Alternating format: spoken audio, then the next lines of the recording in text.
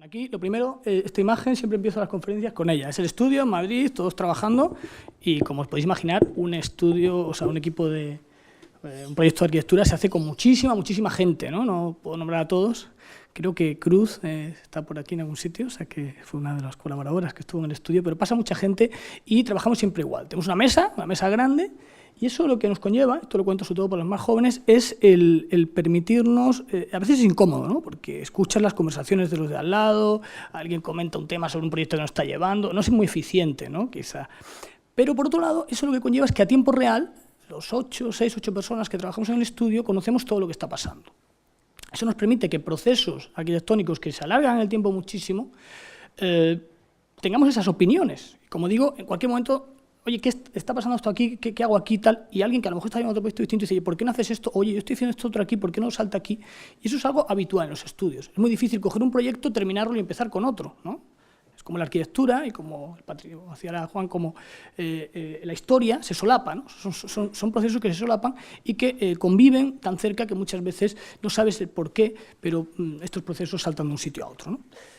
Bueno, yo voy a hablar de este proyecto y lo voy a hacer de modo más honesto posible, ¿vale? Os voy a contar todo lo que nos sucedió y la solución a la que llegamos, ¿eh? Nos encontramos con esta situación, fue el primer concurso de cierta entidad que ganamos en el estudio.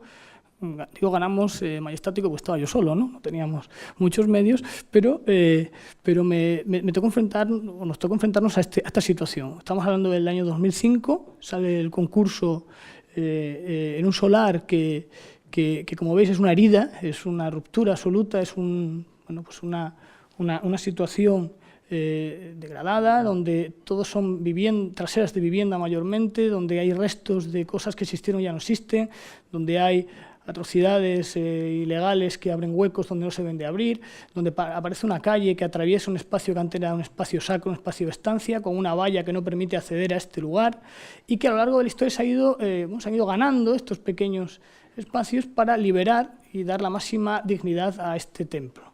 Un templo que, como ahora veréis, sigue en pie porque se habitó hasta el año 75, 70 y algo así, años 70. Nos encontramos esta situación y ya de entrada nos pasó el concurso, entendíamos que no estaba bien planteado, ¿no? Aparecía con la intención de hacer un edificio perimetral a este lugar, con lo cual el esfuerzo que había conllevado vaciar este sitio se tenía la intención de volver a llenarlo, ¿no? Y eso nos dio un primer punto de alerta, ¿no?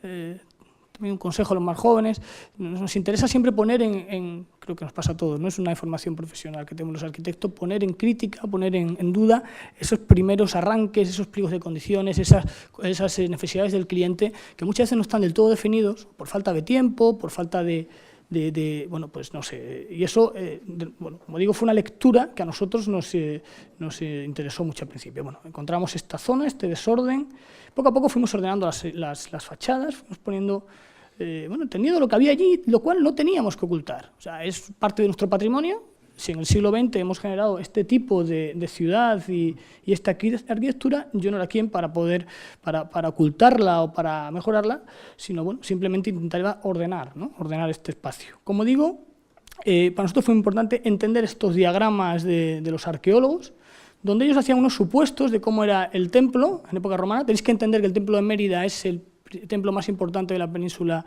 ibérica, estaba en Emérita Augusta, que era la capital de Lusitania. Estamos hablando de que este era el foro imperial y en concreto la parte alta del foro con el templo y su cristopórtico, a una cota superior, como veis toda esa zona sacra que se llama, y bueno, era un espacio de vida, un espacio de estancia, un espacio muy importante para la ciudad. Se habían hecho bastantes levantamientos arqueológicos, todavía faltaban algunas piezas que había que demoler y que no sabíamos qué íbamos a encontrar, pero hay que entender que fue fundamental estos diagramas, ¿no? Fue fundamental entender, y eso también fue una ayuda que los arqueólogos lo vieran claro, que lo que había que recuperar no eran estos edificios, sino que lo que había que recuperar era ese vacío, era esa traza que se había perdido, pero que según nosotros entendíamos tenía vigencia todavía. Era el espacio de respeto, ese vacío arqueológico que un poco llamábamos, ¿no? Y para convencer a los arqueólogos, el que estaríamos buscando, ¿no? Aquí se entiende un poquito mejor, se ve también cómo era Mérida, ¿no? También tenemos esta deformación, yo creo que viene del romanticismo, ¿no? De la ruina, algo... No, el romano era un urbanita absoluto, vivía dentro de unas trazas, como conocéis, de Cardo y de Cumano, ortogonales, con un orden absolutamente preestablecido y un control total, ¿no? De su ciudad y de su estructura urbana. Esa estructura es la que nosotros vamos a estudiar. Como os decía, este grabado de época muestra cómo el Palacio de los Corvos, un edificio renacentista tardío, se inserta dentro de esta estructura, igual que lo hace la catedral en Córdoba, ¿no? En la mezquita de Córdoba, y por eso tenemos ese maravilloso edificio en pie todavía, ¿no? Pues aquí pasa algo parecido, ¿no? De alguna forma, un nuevo estrato que utiliza lo allí persistente. De algún modo, no de un modo físico, pero de un modo espacial o público, vamos a decir, nosotros llegamos a unas reglas parecidas de acción, unas reglas para aplicar a este lugar, ¿no? Muy sencillo, entendíamos que había una sección con un podio importante, el templo en medio, y más que construir ese espacio, lo que íbamos a intentar era dejar la cota de planta baja lo más libre posible, o sea, respetar al máximo ese espacio que se había liberado, y, por otro lado, generar una especie de plataforma que lo que hiciera fuera ordenar ese borde, recuperar ese vacío, de modo que tendríamos un lugar donde poder pasear, teniendo la misma impresión de que estuvieras dentro del templo, pero sin llegar a estarlo, una cota muy similar a la del podio, unas grandes pantallas de hormigón, no con la intención de tapar, como digo, esas fachadas que no éramos quien para taparlas, y que daban como resultado una sección en forma de L, que repetida distintas veces al solar, lo que nos permitía era incorporar el programa a la espalda, y entonces todavía en la planta baja, aunque en el proceso de proyecto conseguimos eliminarlo, pero de alguna forma iba a ir cosiendo esa trama desorganizada y iba a dar un orden a la ciudad, ¿no? Aplicamos esas reglas, eran reglas que entendíamos eran válidas, pero que no sabíamos qué resultado final, formal, estructural, íbamos a llegar a alcanzar, pero bueno, finalmente nos encontramos con esto, ¿no? Sinceramente no nos gustó al principio, ¿no? Era un edificio que no reconocíamos bien, ¿no? Era una pieza que tenía dos órdenes muy distintos, uno muy claro, otro que era el resultado de recoger unos vacíos azarosos que no tenían un sentido ni podíamos organizar, pero que, bueno, vamos a decir, en esa dualidad, en esa unión de dos órdenes muy distintos, se generó se llegó a esta pieza, que fue la que, de alguna forma, hicimos nuestra e incorporamos al concurso, ¿no? Estos son dibujos del concurso. Vais a ver, esto no lo suelo traer, no lo suelo enseñar, pero quería en esta ocasión mostraros, ¿no?, cómo ese borde se va pensando, esa sombra, ese perímetro, cómo vamos probando. Estoy hablando de 5 años, también os lo digo, o sea, 5 años hasta que empezamos a construir el proyecto. Estuve un año en Roma porque quería conocer cómo funcionaba un espacio de época romana y cómo se organizaba, ¿no? Y claro, sabíamos qué podía ser, pero no sabíamos, no teníamos clara la dimensión ni la proporción de todo estos espacios, entre otras cosas porque desconocíamos el límite al que nos teníamos que enfrentar. Ante la obra fue modificándose, fue cambiando porque había pleitos con vecinos, había situaciones de hallazgos arqueológicos que había que respetar, había normativas de patio de luz. Finalmente, el resultado al que se llegó fue este.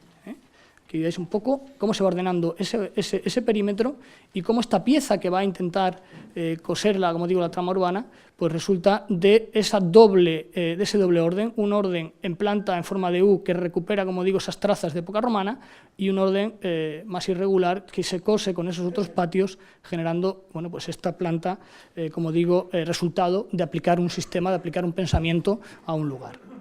Aquí lo podéis ver, este es el plano de las trazas, ¿no?, de época romana, donde se tiene ese Cardo, ese orden de Cardo y de Cumano, se ve el anfiteatro, el teatro romano, el foro. Aquí estamos nosotros y estas son las tramas, las trazas de calles que nos encontramos, donde todavía se detectan que ciertas calles se han mantenido, ¿no? Se ha mantenido ese orden. Aquí ya empezamos a tener problemas y aquí se organizan esas calles de un modo muy distinto, ¿no? O sea, la trama urbana ya no responde a ese orden que tenía anteriormente este edificio, sino a una trama probablemente medieval, ¿no? Y bueno, aquí tenéis el resultado final. Un poco también podéis, la intervención, como veis, la intervención realmente incumple la normativa. También tuvimos suerte que pudimos hablar con los técnicos, pudimos hablar con los políticos, entendieron que esta calle no podía partir el edificio vuela, se atraviesa la calle, pasa por debajo del edificio. En este caso invadimos el límite de la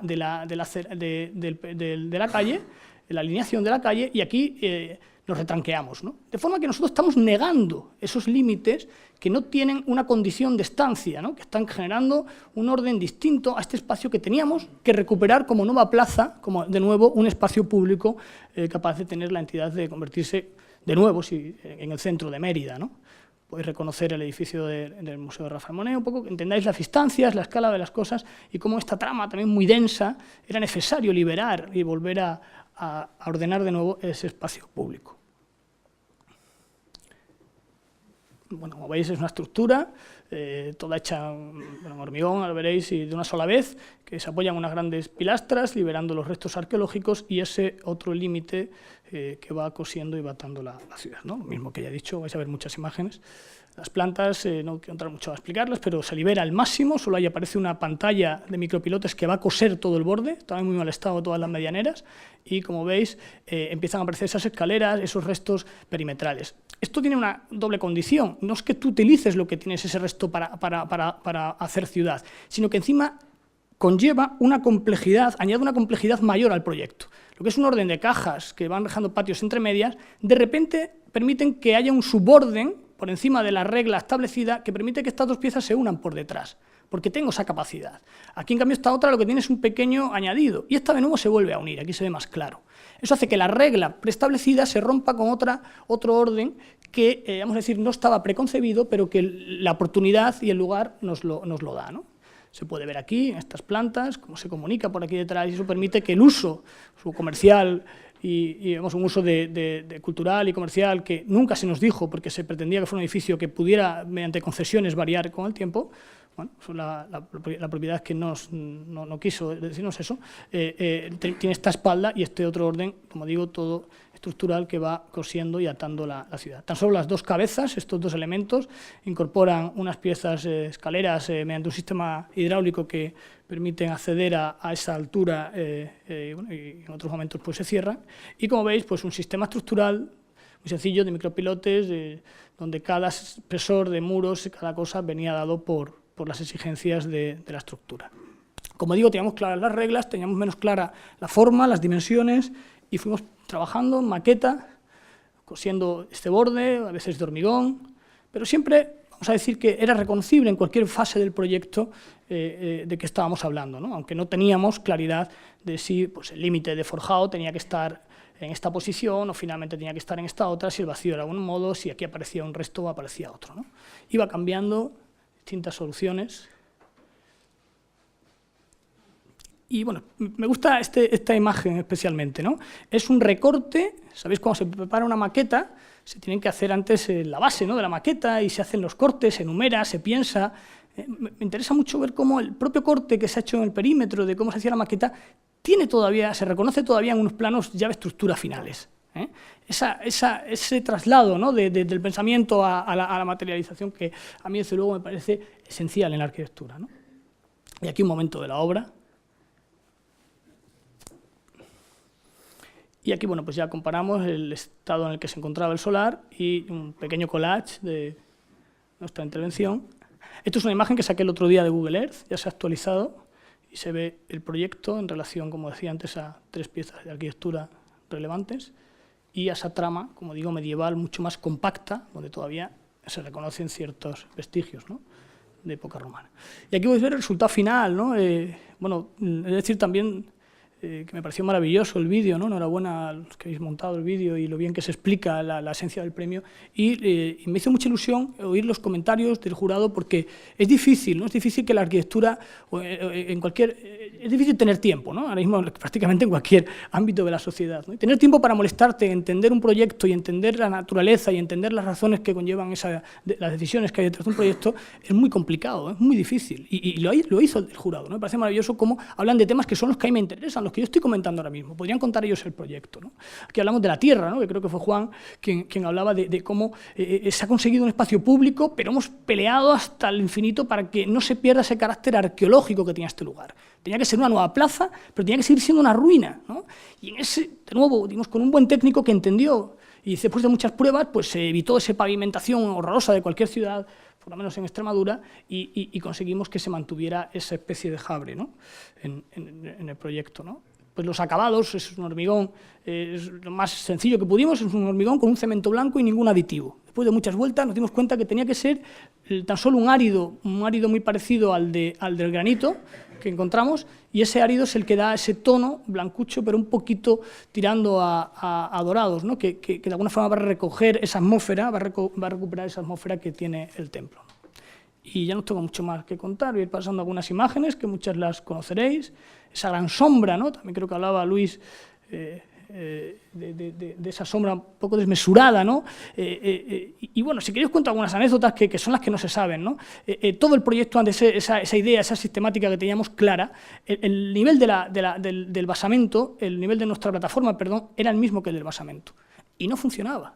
Estuvimos varios años peleando porque la sección era excesivamente alta. Yo no quería tapar, queríamos que ordenara geométricamente, pero que dejara aire. Entonces, finalmente nos dimos cuenta que había que descender 80 centímetros respecto a la cota, ¿no? Entonces, esta sombra se hace más densa, se genera un orden. Bueno, son pequeñas decisiones que cuando estás muy encima de la obra, muy encima del proyecto, puedes tomarlas y creo que mejora algo, ¿no? el proyecto.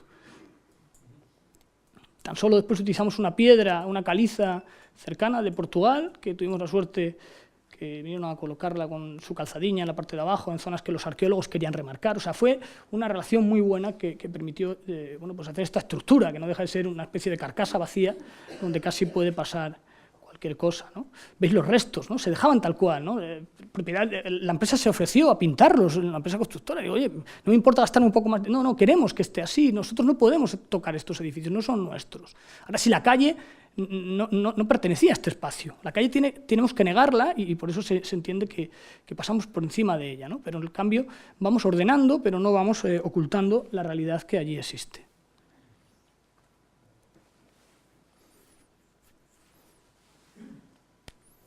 Cuidado al máximo esa barandilla, ¿no? que tan difícil, ¿no? Tan difícil es en la arquitectura, los límites de los proyectos, ¿no? Cuando empiezas, es muy difícil llegar al final del edificio y eso lo trabajamos. Estos son, pues por lo que os digo, ¿no? De repente, un día los arqueólogos dijeron que en la zona que no había resto arqueológico había que remarcarlo de algún modo, tenían que hacerlo. Pues no nos negamos, dejamos la tierra aquí y apareció una calzadilla que marca dónde iba el muro de época romana. O sea, creo que es también esa convivencia con distintos, es necesaria, ¿no? Y cuando empieza a tomar vida, ¿no? Cuando también esta cosa bonita de la luz que va cambiando y conforme cambia el día, como es una geometría que es irregular en algunos momentos, pues va modificando y va haciendo que cada momento del día pues, sea distinto, ¿no? Aquí viendo las tres partes del proyecto, aquí se entiende, y ese mundo que está ahí y sigue estando, ¿no? Y no nos preocupa. Cómo de repente un espacio donde no se podía acceder, que había una valla, se convierte en esa nueva plaza, ese espacio público donde casi no tocamos y permite que una bicicleta pueda atravesarlo, ¿no? No sé, un fotógrafo hizo una foto y cogió ese momento, ¿no? Pero siempre con una coherencia estructural y con un orden bueno, que creíamos que era el adecuado, ese muro de contención con micropilotes que va atando toda la medianera y, como digo, los patios vecinales que se van viendo y cómo nuestra pieza pues, genera este equilibrio, ¿no? entre el voladizo y la masa que tenemos en la parte de atrás, ¿no? Cómo convive con los restos arqueológicos, de nuevo la calle, y estos brillos, esta situación que de alguna forma yo creo que genera una atmósfera que pone en valor al protagonista real que es el templo, ¿no? De nuevo restos que aparecieron en la parte del subsuelo, no se trata, se deja conforme estaba en tierra. Sí nos piden que este muro, querían mostrarlo, es un muro de época romana, pero que quería mostrar su cimentación, cambiamos el orden estructural y en vez de ser un forjado, una losa se convierte en un voladizo y dejamos esta grieta de luz natural que nos permite, no se ven imágenes, pero hay un Cristo pórtico que va atando todo el proyecto por la parte de abajo, ¿no? Y cómo se utiliza, pues exposiciones de fotografías que de repente cambian la escala del edificio, ¿no? De festival de teatro lo ha hecho suyo, hacen actuaciones, hacen, como digo, presentan las cosas, talleres, ¿no? de época romana, workshops de chavales, y, como digo, algunas obras que se representan en este nuevo marco, ¿no? En este nuevo lugar de Mérida. Muchas gracias.